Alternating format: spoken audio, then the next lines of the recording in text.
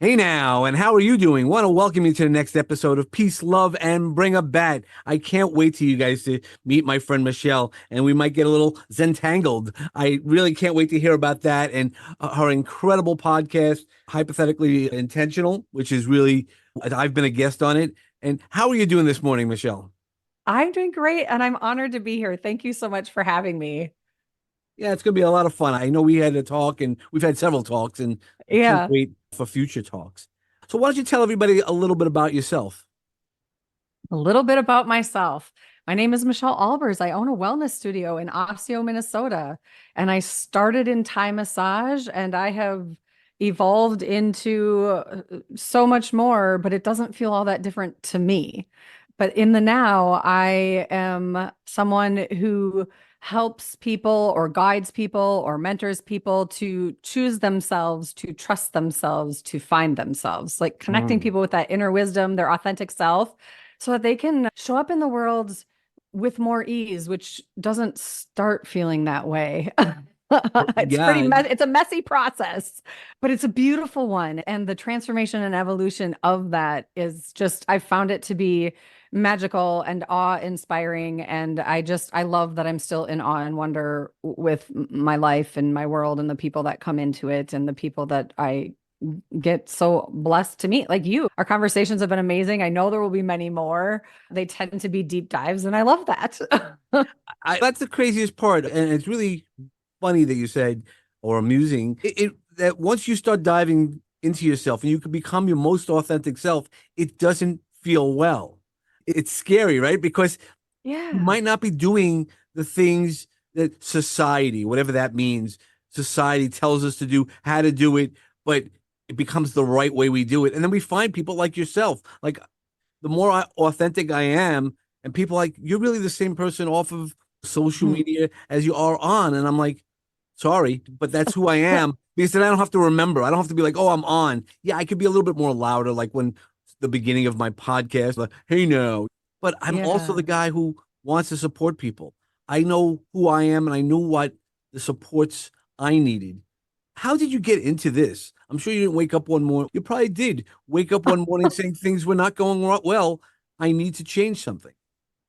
Yeah, I think it was a fluke on something. I say that it's not true. I don't believe in flukes or coincidence. I believe I was divinely guided and things were plopped in front of me to assist me on my journey. I feel like the beginning, first 30-ish, 40 years of my life, they were challenging and I was depleted all the time. And I felt like life was so much harder than it had to be. And that was like a running loop in my head. Why is this so much harder? I feel like it doesn't have to be this hard. And I don't know what I'm doing wrong. I feel like that was my thing, but I had in my early 30s, I had uncovered some traumas and some things that I didn't know had happened. And that explained a lot of things. I discovered somewhere along my journey that I'm an empath, which explained a lot more things. And then I landed in a Thai massage training thanks to my sister who had taken a class with her husband on Valentine's Day. And that stepping into that community changed my life forever. It changed everything. It made me look within and almost question.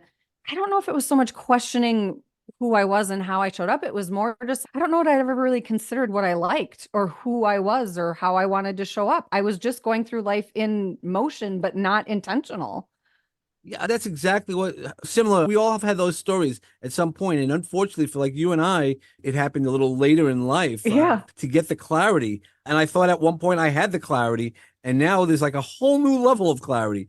But what's the difference between Thai massage? I don't know that anybody knows, or I know I don't Yeah. know what makes Thai massage different than other massages. Let's just Thai massage is done fully clothed, usually on a futon on the floor, like a mat on the floor, and it's acupressure points, stretching, joint mobilization. It's like having yoga done to you, but I say that hesitantly there's something about having a stretch where you can completely relax. And it's definitely a trust practice with the practitioner, right? Because if you don't trust, you won't completely relax.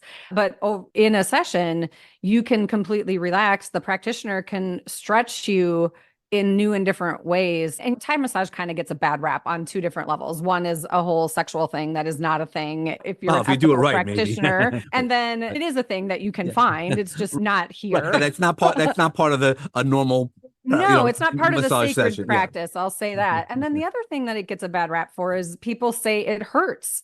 And it's not if you have a good practitioner, not if you have a practitioner practicing in integrity and ethically who has done training and can listen to your body and meet it where it's at every single day.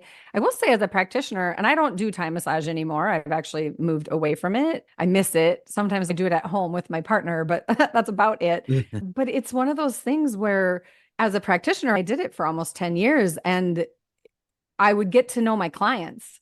And I had pockets of time where I thought you just go in and you assume you know their body because it was that way last week or last month. And I Mm. learned very quickly. I think a couple times I did it where it was like, oh, their pain in their back isn't actually coming from their inner thigh today. It's actually coming from above, not below. And but when you get to know someone, so it's that really dropping into the present moment and meeting people where they're at today and knowing that it's not always the same. That was a really great lesson for me because it also helps me in my coaching now to remember Sure. that like a lot happens between the last time you met them and the time you're meeting them now. And they might appear and show up very differently simply because of the level of stress that they've had in their life or the level of joy that they've had in their life. And Yep. our energy can move really quickly. Sure. And so that was just a cool lesson. I learned so much. Yeah, it's always incredible. And as you're talking to me about it, I just had one of the best massages I've ever had in my life. And my guess is she moved me around differently. And I was like, huh, wow, things just cracked differently. Yeah, But the release and just thinking about that, I wonder if she used a form of Thai massage because sure. she moved my hip differently. I have a challenge with my right hip and just other Hmm. things.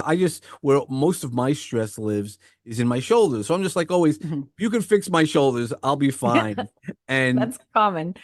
yeah, those are Yeah, right. That's one of the common places we all hold it, but we don't recognize it. And I right, now recognize why I need to go to my acupuncturist and all those other type of techniques. And right.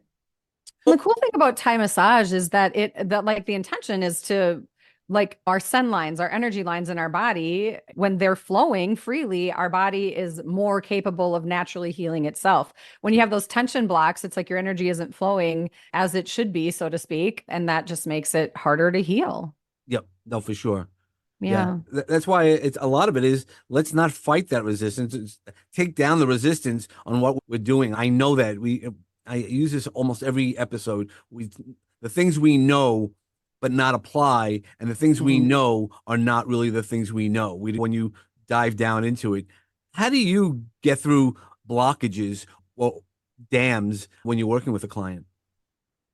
Yeah, it's funny because as I was saying that about Thai massage and how it moves the energy, I'm like, I'm still moving energy, right? We put our issues in our tissues. We take our emotions and they start farther out from our body and they move inward. The longer it takes us to address them, the deeper in they'll go, so to speak. So it's like we can have a conversation and have some awareness and not avoidance and drop into our heart space, not our head space. We can get out of that fear and worry and anxiety and these patterns. Like for me, I grew up that way. I grew up in fear and worry and Yep. catastrophizing.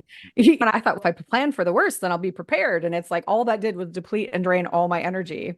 Yeah, What if I just trust myself to handle whatever comes my way? and that's one of the things I've looked at so much. My mom and my grandparents. When I dive into my own, there was so much fear in what could Mhm. happen that you almost don't live fully present. And like, okay, Yeah. when it happens, it doesn't matter. And when it happens, it generally isn't the way you figured it out anyway. So Well, exactly. And I think that if we think about energetically, for me, I just had brick after brick, like these walls up to guard and protect myself because I didn't feel safe in the world, that my own doing, right? And my environment at times, certain things that happen that cause me to believe certain things. But sure, putting those walls up and keeping those up is exhausting.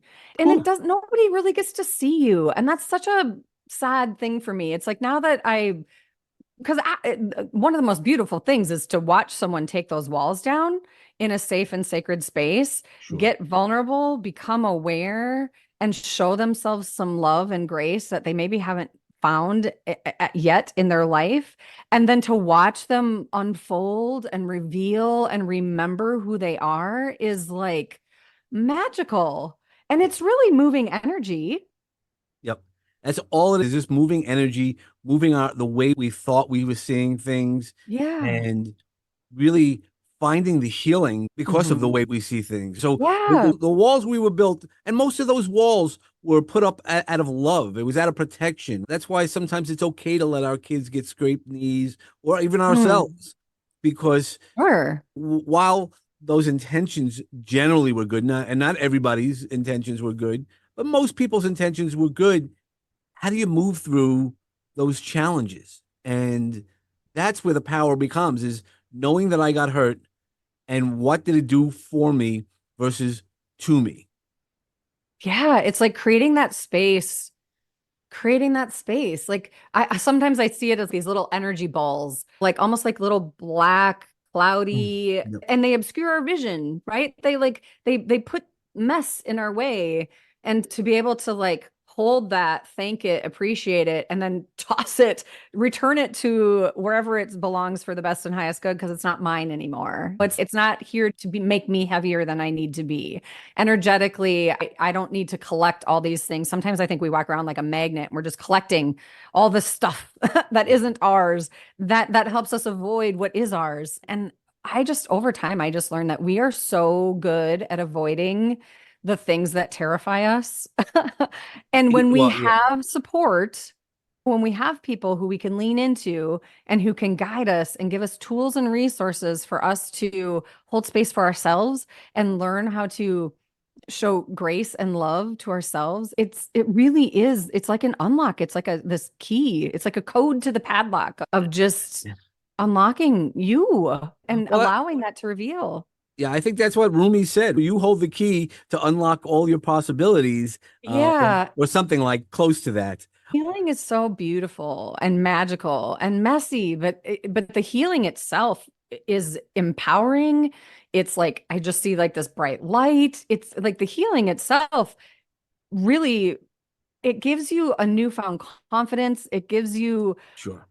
like space that you get to fill with you instead of the things like the protective like mechanisms that, and I'm not saying protection isn't good. I'm just saying like the ones that you're putting in that aren't actually useful to you are hindering your growth and your transformation and making your life so much harder than it has to be. And I think that's just really what I've come to. I'm tired of life being as harder than it has to be. Like I know it's going to be hard. For sure, yeah. And those protections, again, they were put in place to protect you. And but sometimes we need to go out there and learn for ourselves and find other solutions. That's the Yeah. other part. As a parent, it's so hard to let your kids go. But lately, that's one of the shifts I've done, is I'm like, they tell me something and I don't, there's no judgments, and that Mhm. I've got really good at. At times I'm still gonna be a parent. I'm gonna be like, I wouldn't agree with that. This is what I think, but you guys do what you want, Yeah. and then be there to support them, always be there to support them. But we need that ourselves. So I know that for myself. When I put something out there, I'm like, it scares me a little bit. Last night was my second comedy show that I participated. I guess, That's exciting. yeah. So it was just one of those things. I was like, it feels so uncomfortable, but I like being there. And the feedback I get from many people in the audience was really incredible, because some of them had seen me my first time and then this time, and they're like, wow, not only were these jokes better, you were great last time, and you keep going. And how do you go? Where I'm going with this is, how do you grow? So, like, we're now, you're at a level now. You're not at the Mhm. final level, right? I'm not at Oh, my final never. level. How would you suggest to people when they're at the level they're at, what to do to get to that next level? Think the first step is always pause. Just give yourself a minute to look. If we don't have an awareness, how can we make a choice that's mindful and intentional and that might lead us somewhere we want to go?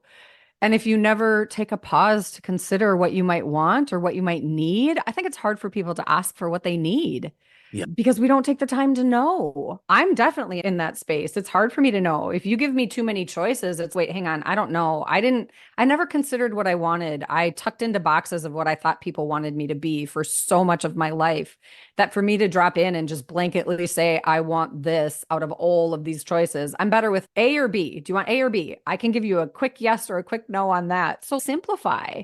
Sometimes, do I want or need food or water? It Yeah. can be as simple as just basic life things. And then I don't know, I just think to pause and look and listen. And the other thing I think really is important is to find your people, whether it be a community, whether it be a best friend, whether it be find someone that you know, well, a couple things will show up in love and will call you on your bull stuff. Can I swear on here? I Yeah, don't know. yeah, Will yeah, call yeah, you on your yeah, BS. yeah. You can, yeah, yeah, no, for sure. So if you can find someone who can show up in love and call you on your bullshit and hold space for you, Yeah, that is a magical combination.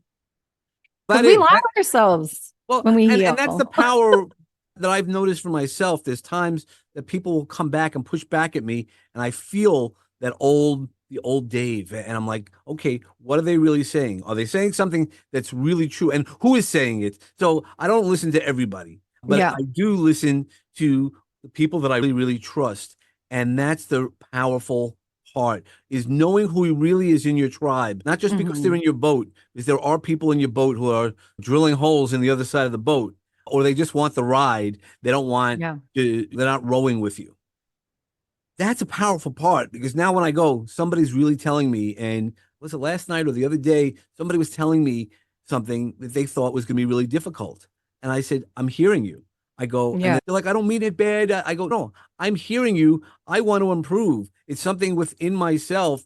It's about the things I'm doing, the things that from our vision, we only can see as far as we know. It's when we can see Yeah. other visions and being able to see and talk and have those open conversations. That's where the power of growth goes into it. Yeah. And I think the healing journey, I think it's important to remember that no matter where you're at, no matter how hard it seems in any given moment, know it's temporary.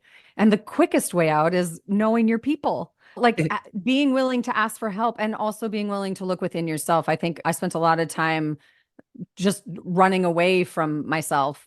I didn't just Well, avoidance of, I don't want to be in this pain. So I'm going to go find something to distract myself. I'm going to be busy. well, And it just prolongs the agony.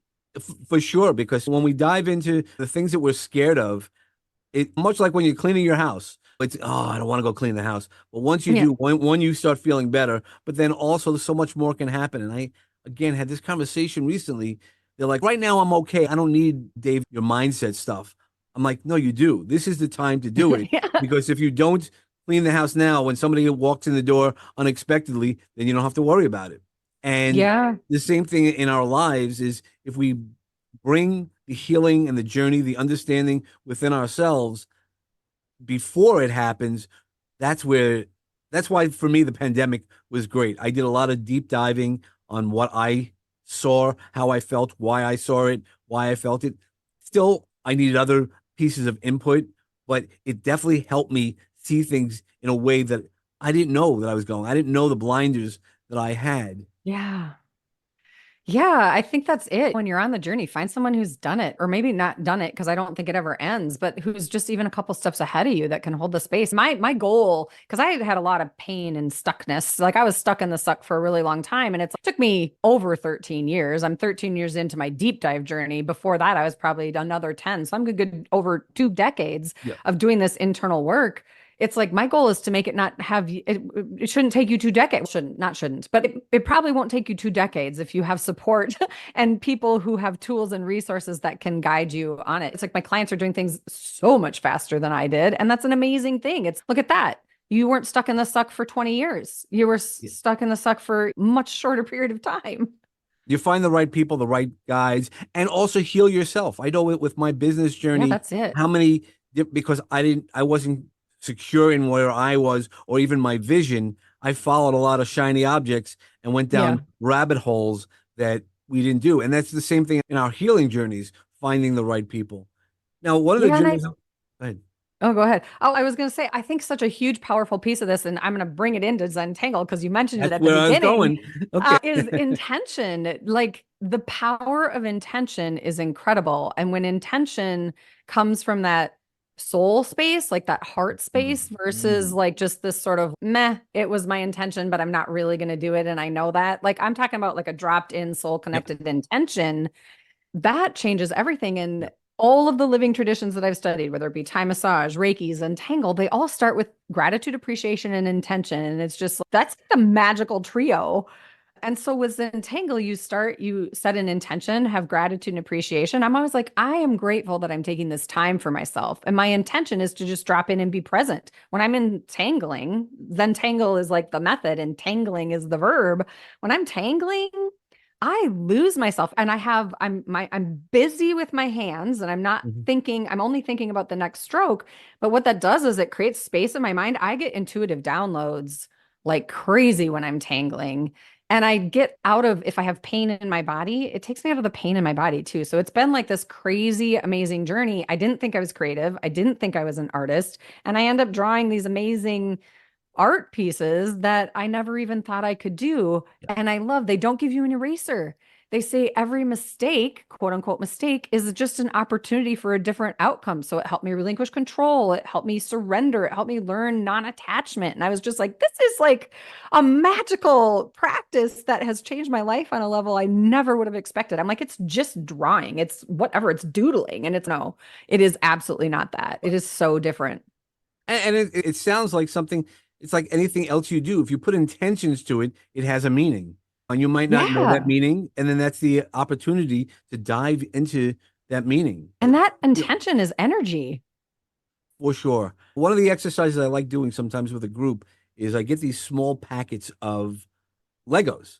And I Oh, want cool. everybody to just create something that says leadership.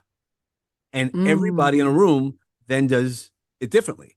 And I'm like, yeah, Yes. because we all have that vision and none of them are wrong.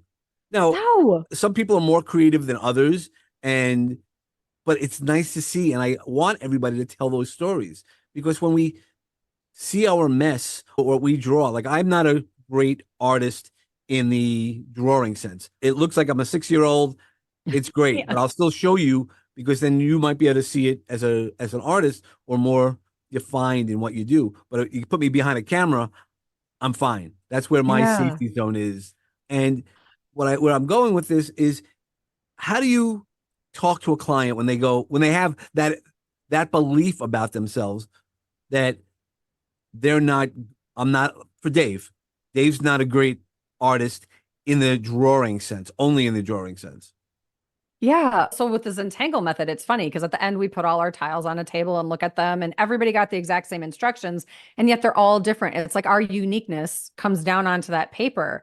And as with relation to the Zentangle method, I would just say it's about the process, not the outcome. Mm. We're building skills here. We're building muscles. And if you've never done this before, then you haven't discovered that muscle yet.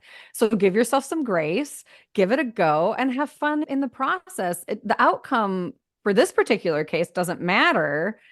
And you might actually really surprise yourself with how much of you comes down onto that page and you realize that you have more skills than you've been giving your credit for. And I For find sure. that to be true most of the time for everyone. We tell ourselves we're not good at something, and it's only because it's outside of our comfort zone. It makes us uncomfortable and it's not, we haven't developed that skill yet. And so we tell ourselves we're less than. It's no, you're not less than. We all have different strengths and weaknesses. It's what makes the world amazing and beautiful. We can find and play off of each other's strengths and quote unquote weaknesses. It's I've built this skill over the last 20 years. You've built that skill over the last 20 years. Let's combine them and dance and see how can that support and lift us both? It's such an amazing thing. Yeah. I think we expect to drop in and be an expert. That perfectionism takes over. Well, that's it. The things that I've done with photography and people like, oh, I could never do that. I'm like, yeah, but it's just easy for me because I've done it for so many years. Whereas for you, drawing would be so easy. And I have to say, just even having this conversation, I think I'm going to push myself, much like the comedy night that I pushed myself to be a comedian. I think I'm going to try to go into a class and not worry that I'm going to be in the class and be at the level I'm at where other people have more talent. I'm going to do that. That's a That's challenge. amazing. I love it. Thank That's you. Yeah, beautiful. I'm going to write it down because that's the only Write way it down. I'll remember it. Yeah. And I think that's an important piece too. I think even just simply building the experience of doing things that scare you a little or make you uncomfortable. I'm talking safe things here. I'm not talking go crazy and go do something that is actually unsafe, but there's a lot of things that can make us uncomfortable. And if we never try them, where's the growth? That And that is a and that's muscle you what can and build. that's what I was hearing from you. And I'm like, Dave, you keep saying because I've said this to other artists also. Oh, I can't do that. And I'm like, no, you can. obviously not today at the level that you might be at, but that's okay. Our journey is different, and I'm sure that I do things Yeah. that you don't do, can't do because you haven't experienced it. So I'm going to challenge myself I love it. And if Zentangle is the thing, I actually have, I'm going to be doing a new thing. I haven't decided when it's going to start yet, but I'm going to do some free, just little tiles like this, a little bijou. They're little, like, so it fits in the palm of Mhm. my hand. And it's just one tangle on the tile. And I'm going to walk you through it step by step. And we're going to play and have fun. And That's one of those things that I definitely will talk offline about it. yeah. Want to do some more things because that's one of the things I am doing this year, taking things to the next level. Probably around the Mm. time that this podcast comes out, that I'll be already starting or have already started the classes once a month with my Lone Wolf Squadron with a bunch of people that we're gathering and love to be part of that. It, Oh, it that's really beautiful. is one of those things that we should challenge ourselves. We should bring on. I don't know all the answers. And Yeah. I'm Oh, gosh. I'm proud to say I don't know all the answers. I want to learn. I would love you to educate. I would love people to educate. Yeah. So Zentangle, I'd love to hear. So, what really is Zentangle? Could you explain to us a little bit more? Yeah, so it's a meditative drawing, and how it came to be is Rick Roberts and Maria Thomas. Maria Thomas was a calligrapher and a botanical artist, and she was in her studio and she had drawn a letter and she was filling in the inside. And Rick came in to ask her a question, and she was gone. She didn't even hear him. She was totally in her own little world. And he's, "What were you doing?" And she described her state and all the things she was doing. And he was like, "You just described meditation. Like there might be something to this." And so it's literally, if you can draw an eye, like a line with a dot, a C shape, a orb shape, like a circle-ish shape, and an S shape, you can tangle, because every tangle has those simple steps to create the tangle. And you divide a tile into smaller sections to make it not such a big piece of space to feel intimidating. And you do it step by step. You're guided through the whole thing and you get done and you're like, "Oh my gosh, I just created this beautiful tile." It's non-representational. You don't have to be an artist. When you shade, if you choose to, you don't have to worry about where the light source is. It is like the easiest, most simple way Mm. to create some of the most complex. And I am not an artist. If you tell me to draw a thing, I'm like, "Yeah, no, I can't. It's going to look like a preschooler drew it. It's not my jam." But you drop me into a Zentangle where I can look step by step how to draw this thing and create a tile. It's amazing. I'm like, "Holy crap, that turned out really cool." Oh, And I volunteer every month with Hope Kids, and I teach them, their families with children with life-threatening illnesses. And so just to give them some calm and some, my heart rate drops when I do it. I sure. breathe better. I get relaxed. It's Yeah, amazing. it's that intention and then the focus. Yeah, That's where we don't that's realize it. it, because when you're doing it, you're really just focusing on that. Whereas Yeah, one thing at that's a why time. when I talk to people about meditation, oh, I can't do that. The thing is, you're attaching yourself to those thoughts. But when you're only focusing on something differently, that becomes that Zen moment. Yeah. And if that, whatever style of meditation you're doing isn't for you, then don't do that style of meditation. Untangle is meditation. It's active meditation on some level. There's Ah, many ways to meditate. so how is this different than like a Mandela?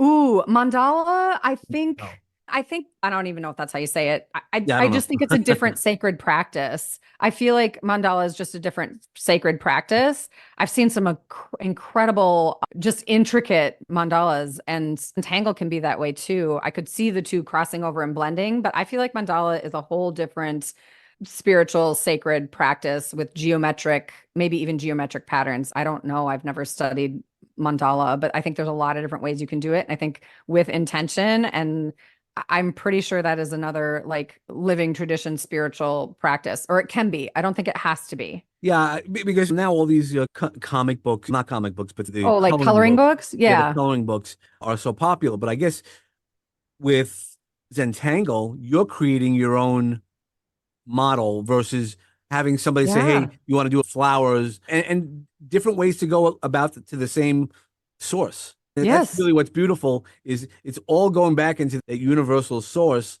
that heals ourselves.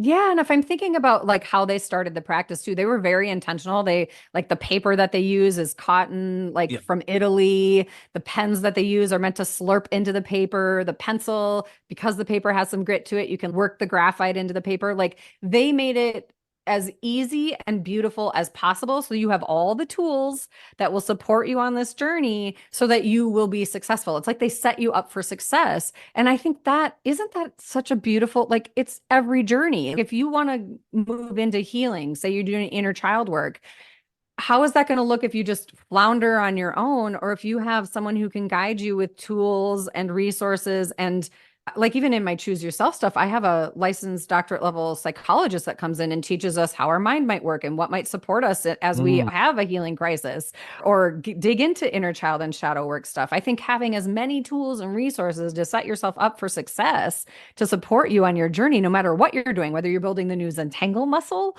or you're building the new, I'm going to love up my inner child muscle, or I'm going to heal my broken heart muscle, or whatever your thing is, get my mind so that it's not so messy and mean all the time. Like I had a very messy and mean mind. I was very Mm. mean to So, so, myself. so did I. I beat myself up all the time and I was not nice. I'm like, gosh, you would never say that to another human. Why are you talking to yourself this way? But it was all I knew how to do. I didn't have a lot of self-love or self-esteem. I certainly didn't Yeah. have confidence or self-worth. And it's like now it's like I understand the difference between self-love and self-worth and self-confidence. And I have them all. And they all probably came through figuring out how to trust myself. I never gave myself that opportunity before. Yeah, no, Such a beautiful and thing. that's right, and that's part of that growth piece. That's part of that taking that to the next level to do that. Um, Yeah. so you just mentioned several ways of that are healing need, right? Our inner child and things like that. Does Entangle work with each one of those differently? But how does mm, No, go ahead. How does yeah, what were you going to no, say? how does that happen? Yeah. I certainly think with intention, it could definitely, because like how it works for me, and everybody's different. So I don't want to like claim this as a blanket thing, but like for me, when I'm tangling, if I start with an intention that I am struggling with something or I'm trying to get to uncover something within me that I've noticed a pattern that's keeping me stuck and I just want to figure out where it's coming from. If I set the intention and ask my spirit guides to give me some answers, some guidance, if I'm looking for some guidance, I do often get like aha moments when I'm drawing. But I think part of that is just because I'm pausing to create space. And then when you add the layer of intention and trust and spirituality, divine guidance, gosh, that kind of hard to go wrong. At least for me. I'm not claiming everybody has to have the Right. same spiritual practice as Everybody, I right. do. Everybody goes at it differently and has Yeah. had different experiences, but it's always good to know I think that sometimes, finding, and that's really what I try to do it with this podcast, is having people on who can give other resources. That's my goal, yeah. is like Zentangle or talking to Michelle with any of the other things. Now, you said Minnesota. Are you near St. Paul, Minneapolis area? Yep. I'm in Okay, a good. suburb of Minneapolis. Yeah. Okay, that's another conversation, but for Yeah. after. Yeah. Yeah, man, I'm just Yeah. always amazed every day when the universe aligns all the things that I thought were crazy to do. That then is no, here you go. Right. Here's a Oh, nice gift if you want to take it or have those opportunities. And wow, I think that's the thing. I think if you don't pause to set some intention and ask, like, have you ever asked yourself what you need? Like for me, I yeah. didn't ask myself what I needed. I didn't even consider what I needed. I just was going through the motions and making things hard. Yeah. Yeah, no, and we all do that. That's why it's amazing on social media. Sometimes I'll put in a writing because that's how I move my creative. Like Mhm. when I'm feeling good, I wasn't feeling good this past weekend. It was just heavy. There was some things things are going great. My life, if you look at it, my life is wonderful. But that being said, there's some days that the tide goes the other way and it doesn't feel good. And what do you do with those intentions at that moment? And I was like, I wrote. So people were like, oh, I'm sorry you had a loss. I was like, I didn't say anybody died. I just said the person wasn't with me anymore. I didn't Mhm. say it was a lesson I learned. I wish I had learned earlier.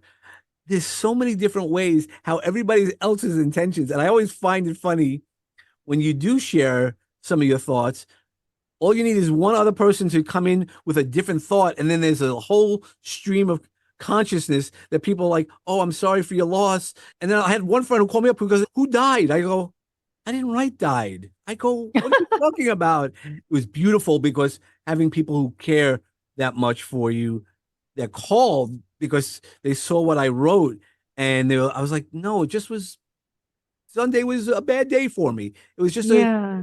it was a yucky day, but I was able to move through the energy. And by the time I went to sleep, I still went to sleep with my gratitudes. I still went to sleep with the things that I know. Even when I was feeling it, I knew it. It wasn't for Dave. It wasn't the way that I used to feel it. So acknowledging it, accepting it, and moving through it is so much better. Moving our energy, as we were talking about earlier, is always so much more powerful.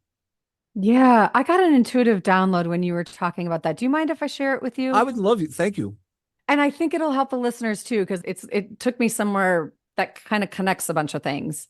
You were talking about how you write to move energy. And I Mhm. literally saw, remember how I talked about those energy balls? Yep. How the kind of black balls that are Yep. just like Yeah. filled and Yeah. Yeah. heavy and dense. I literally saw them like coming through the pen onto the paper. And that's a really powerful way for you to move energy. Yep. And so, and you know that already, but just keep doing that and add the intention of however you visualize it, but like of knowing that it's not just about feeling better. You're legit clearing energy that you've collected as that magnet over Right. time to get rid of that heaviness. And it brings me to the point because the other download I got is look, when we clear energy or feel like stuck and in the suck, we have this tendency to think it's supposed to look a certain way when we release it.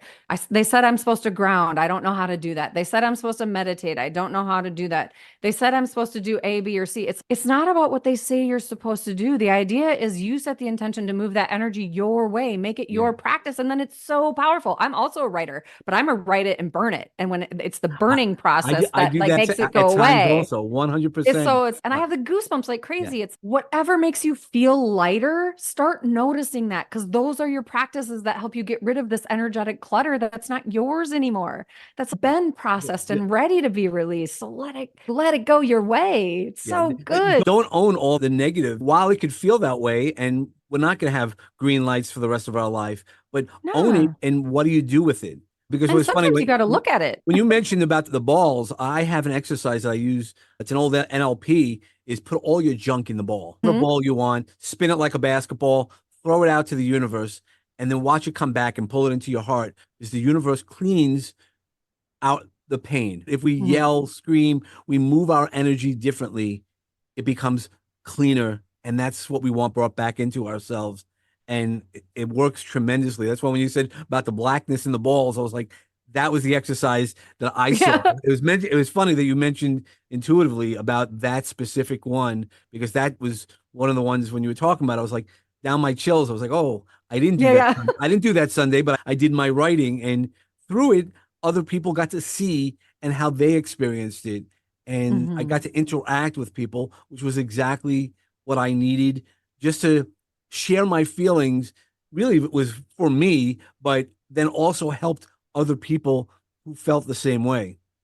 Yeah, I think witnessing other people on their journey teaches us and inspires us and empowers us a lot. We just got to pay attention. Well, I think that's the biggest trick for all of us is this that intentional what we're doing, being present, intentional, Yeah. and respectful of everybody's energy, but also of ourselves, being respectful of Yeah. what I need and why do you need it? Understanding And those questions. yes, and it's okay to have boundaries within that. Like we get to say no Yeah. and we get to say yes.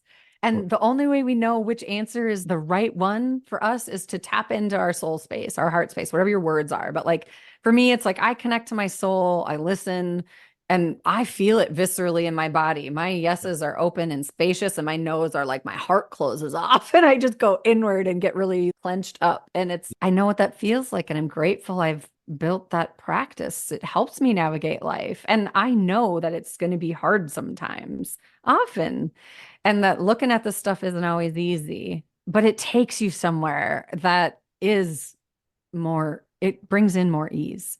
It's like the process of growth and transformation is a challenging one. The other side of it is just it brings ease. And every time you exercise that muscle, then the next thing that comes in, you have developed skills, you have developed muscles to use to navigate it in a new and different way that has more inner wisdom, that has more love and patience. And that is magical. For sure. Speaking about magical, I know we're going to wrap up soon. Could you step Yeah. into our magical garden? And you've given us so much to think about.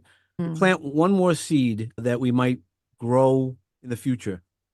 Gosh, I just keep hearing let it go, which is such a frustrating phrase for people when I'm in the garden and I'm seeing these fireflies or dragonflies. I don't know. I feel like it's all, and it's almost like think if you're a visual person, like those, like in that magical garden, they can help you like ingest those energy balls that aren't yours anymore and they transform them. Get nourished by those things, right? I don't know. I just feel like consider letting go something in your energy that isn't serving you anymore. I'm, And I'm just writing down because it's funny. I was just having a conversation with my daughters about fireflies. I don't know what it is this year. I'm seeing many more fireflies in my oh, that's backyard. beautiful. And it's really, I love it. It makes me feel so happy when I'm walking the dog and I just see the little firefly. And I'm like, I hadn't noticed them. That they probably were there. Or this year is just more fireflies, which is great. And it's that intention. So thank you for that.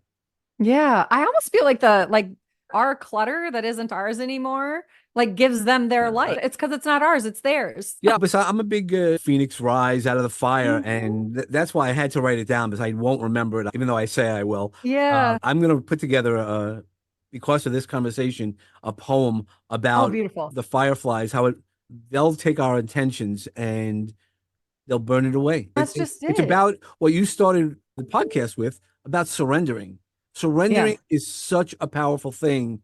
And I know I got stuck on it. And there's times I still am stuck on certain pieces of me too. surrender. We all are, but I Yeah. didn't know. One of my mentors had once said, surrender is the easiest thing to do. I go, no, it's not. Mm. He goes, sure it is. You just surrender. I go, how do you do that? Surrender. And Yeah.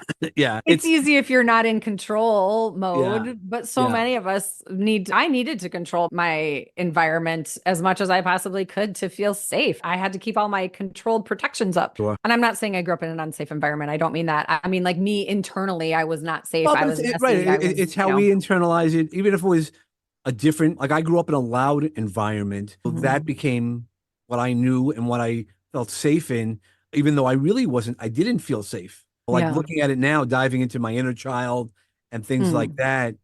But the real power is now surrendering or looking at those again from a different way, seeing it differently, seeing it out of a filter of love. When I talk about the love filter, I enjoy diving into it and trying to see the love, the message, the better message in it than that it was out of fear from the people who are imposing it on me, not a dominance type of way. Yeah. And coming back to the magical garden, if you're a few steps into your journey, go ahead and practice the letting go. Just see how that feels for you. And if you're at the very beginning, simply pause. Just pause and look. Even if it's for a split second, pause, look, and ask yourself what you might need in any given moment. That is such a beautiful form of self-love. And I think we don't even acknowledge that. Yep, Pause and ask yourself what you need. That's so loving. 100%. Yeah. Well, thank you so much for your time. I know Oh, we'll have you back because you and I can get into these really deep conversations, and I look forward to doing that either on your podcast, my podcast, or any of the live events that we're going to attend. yeah. Beautiful. Thank you so much for having me. This was amazing. I really enjoy our conversations and I appreciate you inviting me to be your guest here on your podcast today. Okay, thank you. And for everybody else, as always, just have some peace and love in your life. Bring it in, make that intention, and when you make the intention to bring a bat, swing for your sweet spot. Just know your boundaries and knock it out of the park. Have a great day, and God bless. Thank you. There we go. Beautiful.